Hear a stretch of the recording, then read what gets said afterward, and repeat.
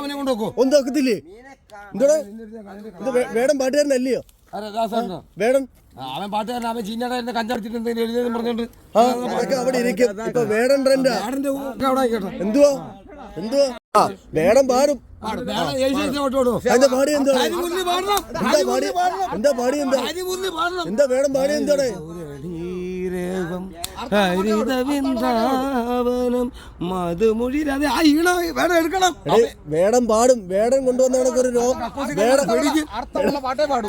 വേടൻ കൊണ്ടുവന്ന കണക്കൊരു പാട്ട്. അതായത് ആര് കൊണ്ടുവന്നിട്ടുണ്ടോ ഇതേപോലൊരു എന്നിട്ട് ഇതാണ്ട് ഇങ്ങനെ പോലുള്ള ആൾക്കാരാണ് വേടൻ അംഗീകരിക്കാത്ത. ഞാൻ അംഗീകരിക്കത്തില്ല. എന്താ ദാസേട്ടൻ കഞ്ഞിയുള്ളു വേണം. ഏതാണ് ദാസേട്ടൻ? ഏതാ ദാസേട്ടൻ? ആ യേശുദാസോ? അത് പറ. വേടൻ എവിടെ കിടക്കുന്നത്? ദാസേട്ടൻ എവിടെ കിടക്കുന്നത്? പമ്പി വന്നപ്പോ എന്നോട് ഈ വേടന്റെ പ്രോഗ്രാം അത് പറ അത് പറ. പമ്പി വന്നപ്പോ പാടാം കുന്നിമണി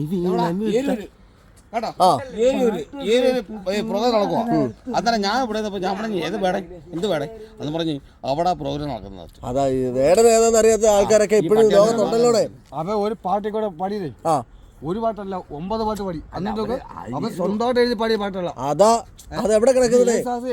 പറഞ്ഞറിയോ അവർക്ക് വേറെ ആൾക്കാർ എഴുതി കൊടുത്തേ അവര് പാടാക്കത്തുള്ളൂ. ഇപ്പൊ സ്വന്തമായിട്ട് എഴുതി പാടിയ അതാണ് കഴിവ്. കണ്ടോ വേടം കൊണ്ടുവന്ന കണക്ക് ഈ ജനങ്ങൾക്കിടയിൽ ഒരു രോമാഞ്ചം കൊണ്ടുവരാൻ വേറെ ആർക്ക് പറ്റിയിട്ടുണ്ട്? ഞാൻ ഞങ്ങൾ പാട്ട് എടുത്തിട്ടുണ്ട്. അത്രയും ഹൃദയങ്ങളെ കൊണ്ടുവരാൻ ഒരു ഗാനം അതാ ചേട്ടാ. എന്നിട്ട് ഇതാണ്ട് ഇവരെ പോലുള്ളവർ അംഗീകരിക്കുന്നില്ല. കടന്നപ്പോഴേ ഇത്രയും വണ്ടിക്കാരൻ ഏഴൂർ റൂട്ട് എന്നോട്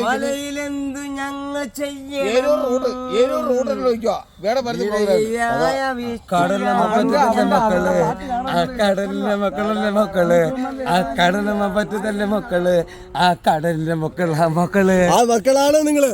എന്നിട്ടാണ് ഇമാര് പോക്കൃത്തിനെ പറയുന്നത്. ദാസാനെ ചീത്ത കൊടുത്താൽ ദാസാനെ ചീത്ത പറയുന്നത്. അങ്ങനെ പാട്ട് തന്നെ വലിയ ആളാ. അയാളെ ആരാധിക്കുന്ന ചിത്രമൊക്കെ ഇങ്ങനെ കാലെ പിടിച്ച് ആരാധിക്കുന്നത്. അതൊക്കെ ശരിയാ. പക്ഷെ സംഭവം ഒരു പാട്ടില്ല. വേടനെ കുറ്റം പറയുന്നത്. വേടനെ കുറ്റം പറഞ്ഞേ കടലിന്റെ മക്കളല്ലേ മക്കള് ആ കടലിലെ മക്കളാ മക്കള് ആ കടലിന്റെ മക്കളാ മക്കള്. നീ പറ